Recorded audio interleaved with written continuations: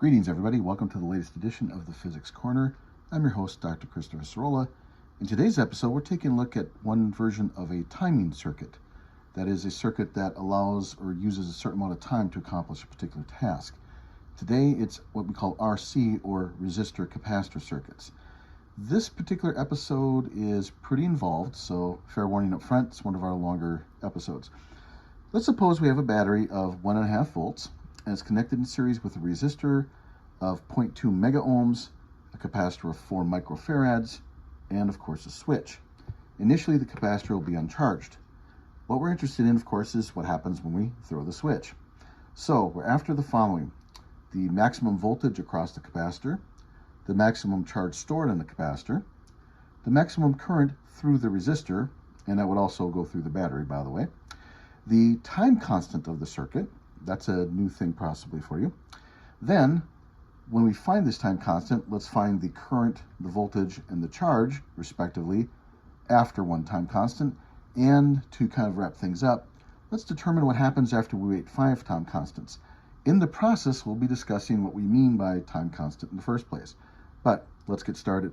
So, here are knowns. Now, I've gone ahead and rewritten our resistance and our capacitance in terms of standard units. So while you might, in a problem, for example, be confronted with things like mega ohms and microfarads, mega is just a word for prefix for million, and micro is a prefix for 1 millionth, or a tenth of the sixth and tenth of the fifth. Notice it was 0.2 mega ohms, therefore 2 times 10 to the positive 5, or if you want 0.2 times 10 to the sixth, same thing, obviously.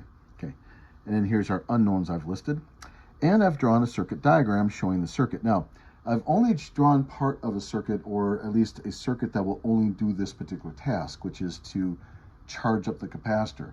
I've not drawn in anything or made a circuit that would say discharge the capacitor. That would possibly be something else you might be interested in doing. The math is extremely similar. Not identical, of course, but very similar. So we're not going to worry about it for this demonstration today. Okay, so this is our symbol for our battery, of course. So there's our source of voltage, delta V. This is our switch. Sometimes people represent that with an S. I'm not too worried about it, but there it is in case. Here's our capacitor. Just to remind everybody, the symbol for capacitor, at least the physics version of a capacitor symbol in a circuit, is 2 parallel line segments, and that is reminiscent on purpose of a parallel plate capacitor. And here is a jagged line, kind of looks like a speed bump of sort, and that represents our resistance, right? So you're familiar by now, hopefully, with these items. Okay, so let's get started. Now, what is different about this as opposed to, say, previous problems that involved either and or resistors and capacitors is that in a real practical circuit, there is a time lag. There's a certain amount of time it takes for the circuit to complete what it's doing, in other words, which is kind of interesting. And so, if, for example, we throw this switch, we will have a complete circuit, a closed circuit, and the voltage will then be pushing our electrons all over the place. When the circuit does that, when we close the switch, there'll be a maximum amount of current through the resistor, and of course through the rest of the circuit, but we'll pay attention to the resistor specifically. But initially, there's no charge on the capacitor. In fact, that's what we started at the beginning, right? We said the capacitor is initially uncharged. And what that means is going to take a small amount of time for that capacitor to accumulate charge. If it's accumulating charge, it's also storing potential difference or voltage across the capacitor. So there's 2 things that are going to happen in general. The voltage and charge on a capacitor both are going to start at 0 and increase until they reach some maximum amount. The amount of current that flows through the circuit, on the other hand, is going to start at a maximum and decrease all the way down to 0. Now, in the equations, officially, it will take an infinite amount of time for this to happen. Unofficially, and in practical terms, if you wait roughly, say, 5 time constants or so, and again, we'll discuss what a time constant is in a little bit. If you wait that long, then for all intents and purposes, the circuit has done what it's going to do. So we aren't waiting literally forever for a circuit to complete its task.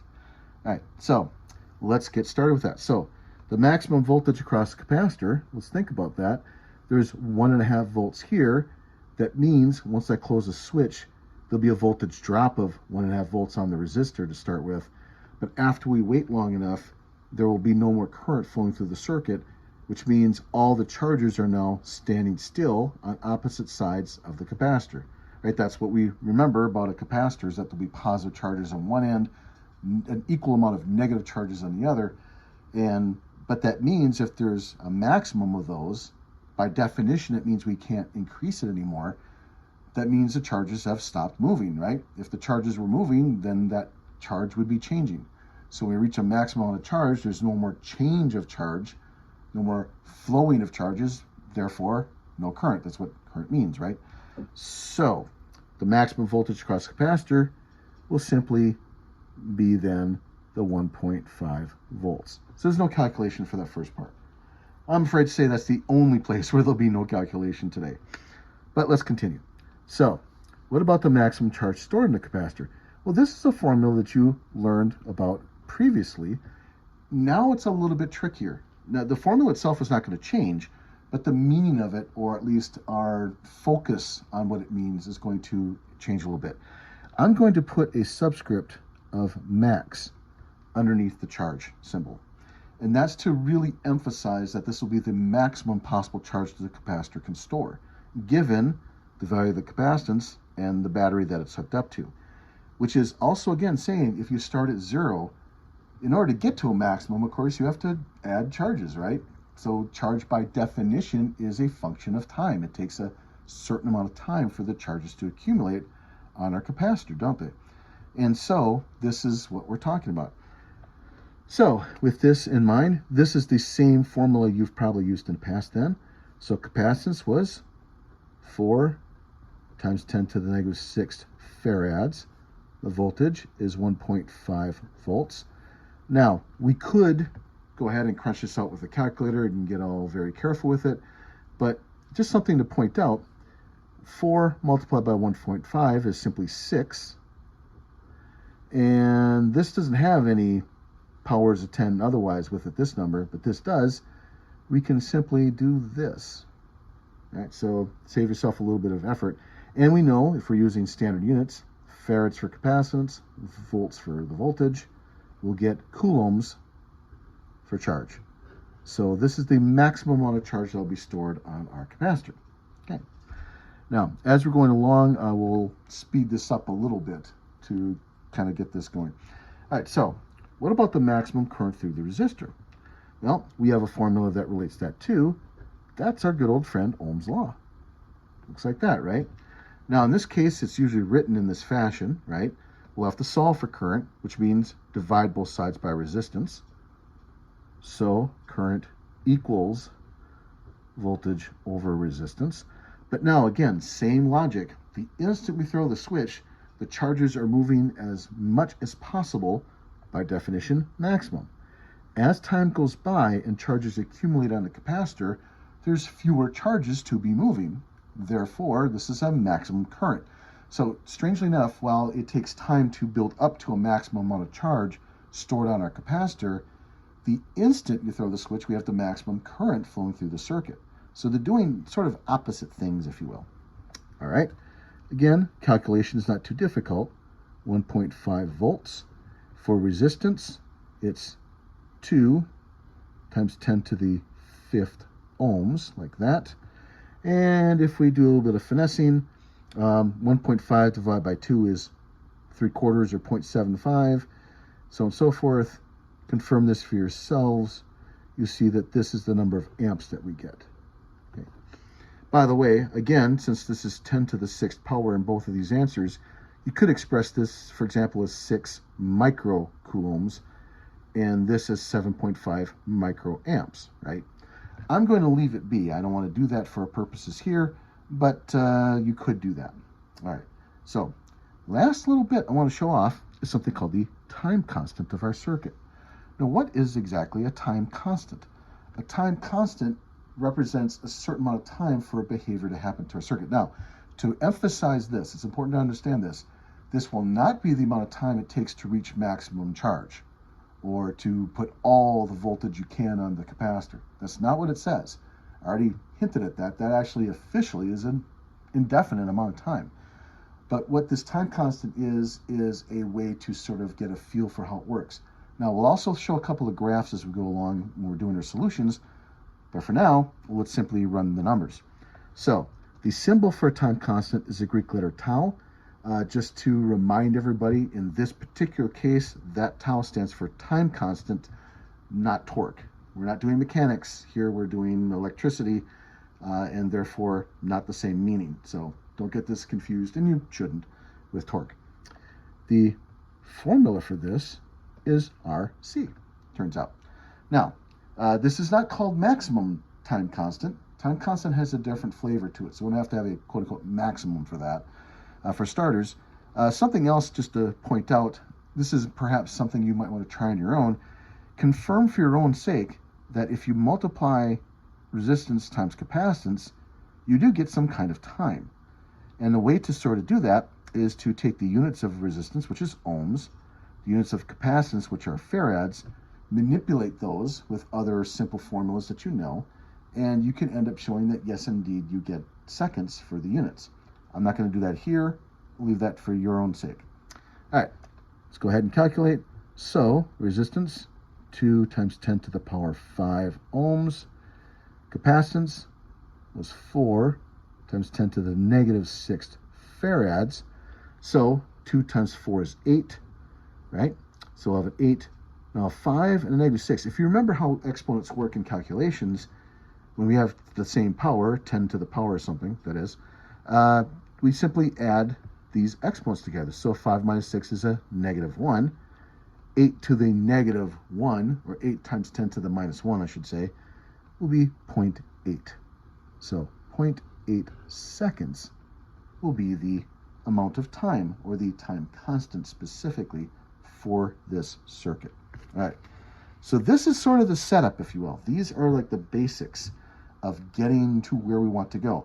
None of this officially really, except for the time constant, of course, talks too much about time passing, but it's hidden in the background, and we want to use this information to help us understand how the circuit will behave as a function of time. So let's go on to the next step. All right, so the next step says this. Let's go ahead and find the current after one time constant. Now, I'm going to do the formula for you first, so I can just do the straight up calculation, but we're also going to do a little plot. We'll plot the behavior as a function of time, at least by hand, and you'll get a chance to see how that behaves. All right, so current is a function of time now. Notice how it's written. Remember how this notation works. Current behaves according to time. Time will affect what the current does. Okay? The formula for current in a charging RC circuit is the maximum current multiplied by this factor. What is this all about? This is the special exponential number E. Okay. Now, you may or may not have encountered this too much yet in physics. Hopefully you did at least a little bit in math. E, for physicists at least, has just as much importance, really, as, say, the number pi does. It shows up in all sorts of formulas and behaviors. And in fact, you can show, mathematicians can tell you a little bit, how they're actually related to each other in a way. But it is a straight up number. It's not a function, it's a number. It's just a symbol to represent a number, just like pi is a symbol that represents a specific number. And it comes in very handy. This is what we call, or this thing here, e to the negative t over tau, is what we call an exponential function. And so if you hear that phrase, that's what we're talking about.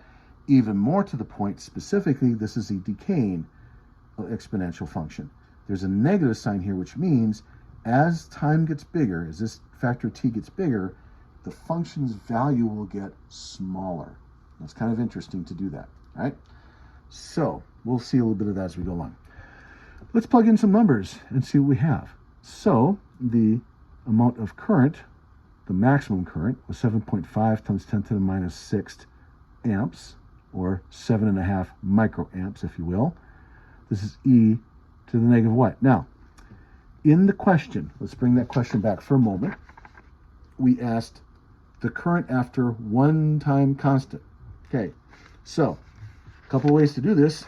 I could write 0.8 seconds for t, little t, And because tau is also 0.8 seconds, I would be negative 0.8 divided by 0.8. I can do that.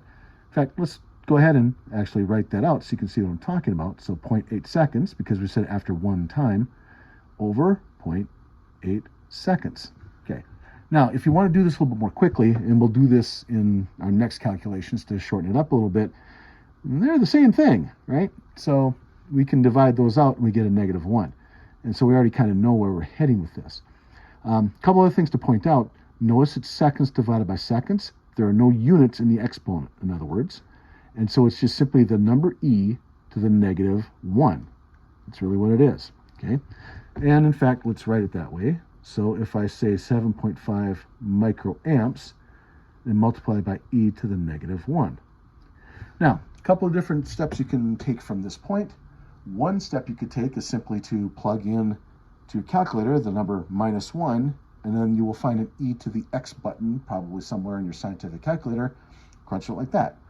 Or, if you prefer, the meaning of putting something to the power -1 is really like this, right? So I could say this, 1 divided by e. That's the same thing. And I could then punch in the number e, or 1 divided by e, and get a result. Either way, it works perfectly fine. Let's suppose we do this, right? So 7.5 microamps, and let me put this in parentheses to have this sort of set aside for us a little bit.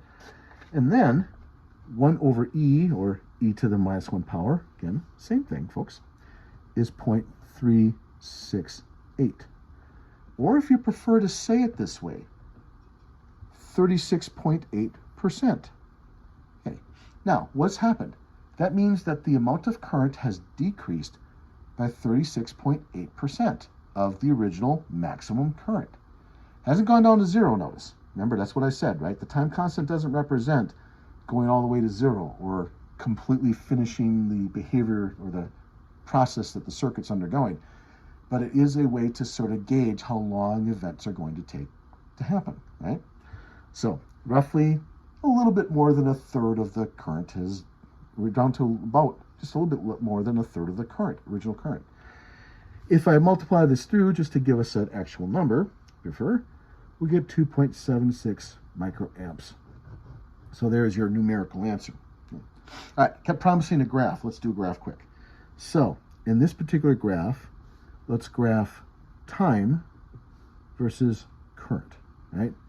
And this will be the maximum current right here. So we can sort of, just to give it a little bit, tell us what that maximum current might look like. All right, so now one more thing. Let's mark off some amount of time called tau in the distance. In other words, instead of saying seconds and like 1, 2, 3 seconds along the horizontal axis, I can actually do this. I can mark off time in terms of tau.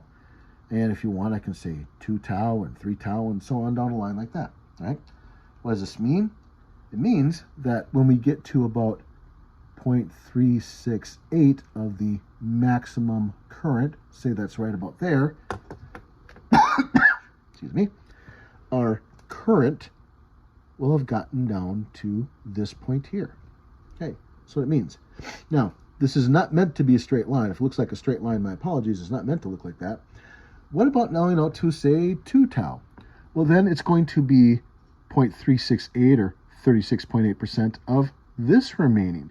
So it's going to be down over here somewhere. And notice the line is starting to give us a noticeable curve. If I were to go to 3 tau, it'd be 36.8% of what's left over here, and so on. And so officially, notice what happens. This is called an exponential decrease, right? Or decay. The amount of current is decaying as an exponential function. It never officially, no matter how large time gets, will reach 0.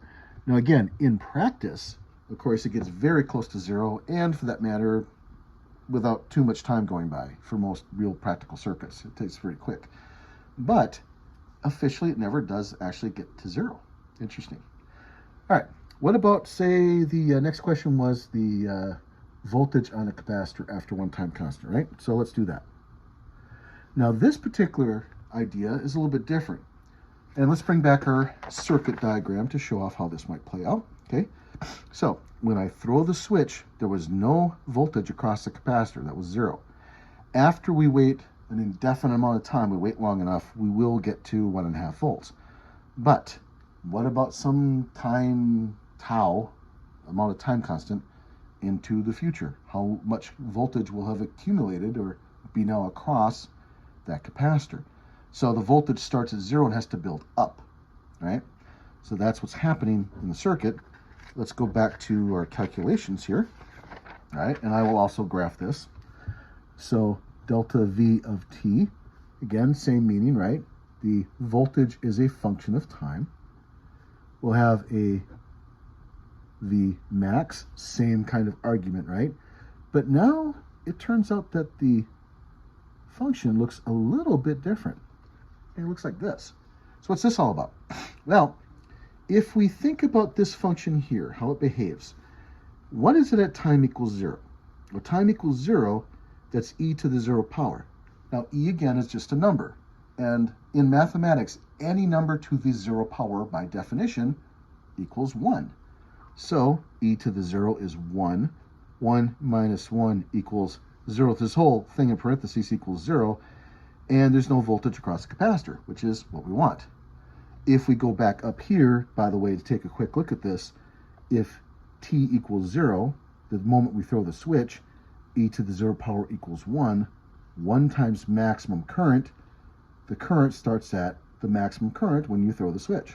So the math is built to represent what you physically see happen, right? What does that look like then? So in this case, Vmax was the 1.5 volts, right? Now it's 1 minus e to the negative 1. After one time constant, that's what we get, right? Which means it's 1 minus this 0.368. By the way, just to make it clear, I did round off, right, to the nearest third digit.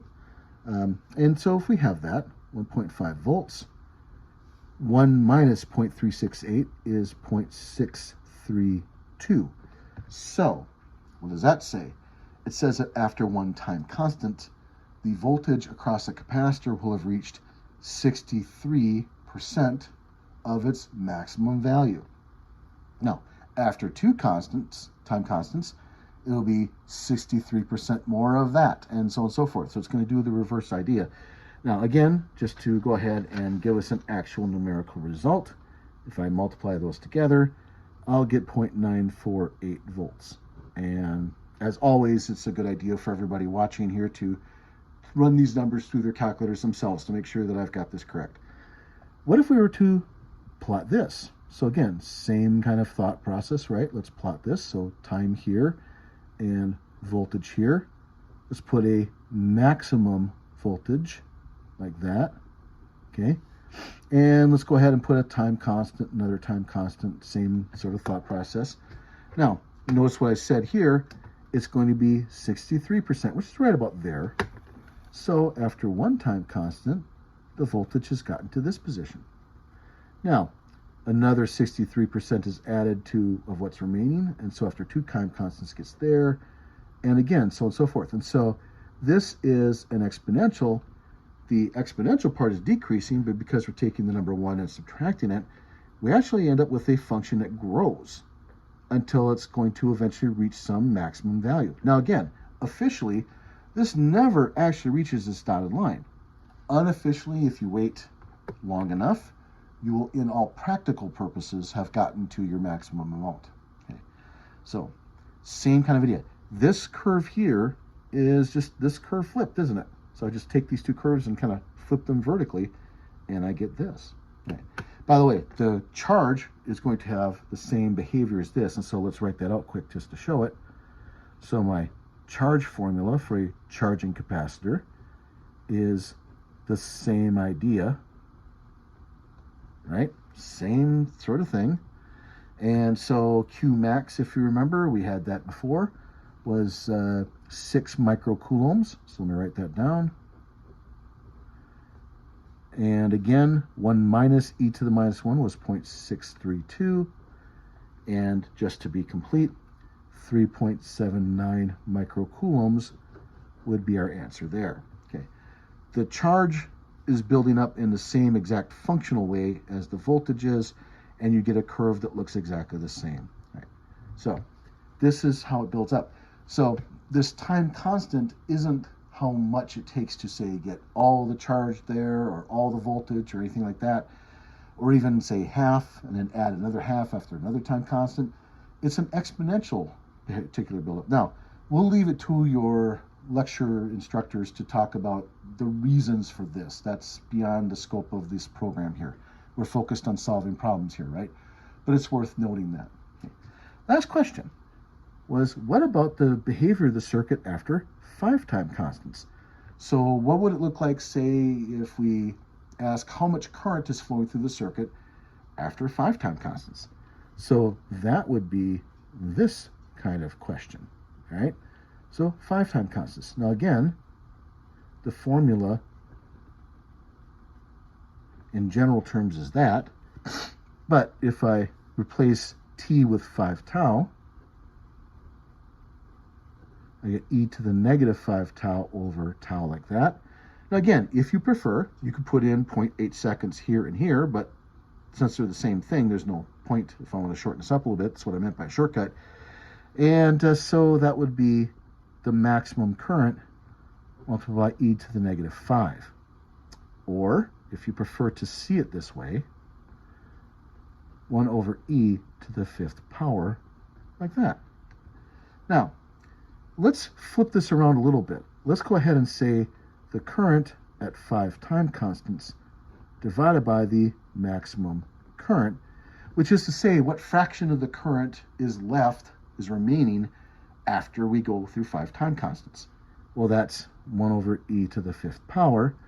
And if we do that calculation, it's 0.00674. Okay, what does this mean? 1% in decimal form is 0.01. So this is less than 0.01 or 1%. There's less than 1% of the overall current remaining after 5 time constants. That's what that means. All right. Now, if I want to talk about what the voltage or charge on a capacitor is doing, again, the idea is 1 minus that. So if I subtract this number from 1, I'll get over 0.99 or over 99%, which means if I've weighted 5 time constants, I will have over 99% of the maximum voltage now across the capacitor, and I'll have over 99% of the maximum possible charge stored on the capacitor. That's the meaning of that. So sometimes people call this number a quote-unquote transient time. So 5 time constants is sometimes called the transient time of the circuit. And all that means is if you weight 5 time constants, in practical terms, you've reached 99+% of what is going to happen, right? You've drained away over 99% of the current. You've added 99% of the maximum voltage and charge to the capacitor, and that means you're well on your way. And anything after that, of course, is really basically detail. Now, there may be some special kinds of circuits where you need to go further than that, but in almost every practical purpose configuration or usage of a circuit you're going to encounter, this is usually as far as you ever need to travel, and that's why we're bringing it up.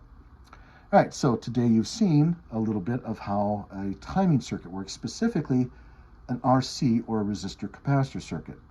One more comment again, just to remind everybody, I talked about a charging capacitor circuit today. You would find very similar results if you did a discharging capacitor. So the math is very similar. It uses the same kinds of ideas and so on. So it wouldn't really be all that much. I'll let your teachers go ahead and ask you to work on that.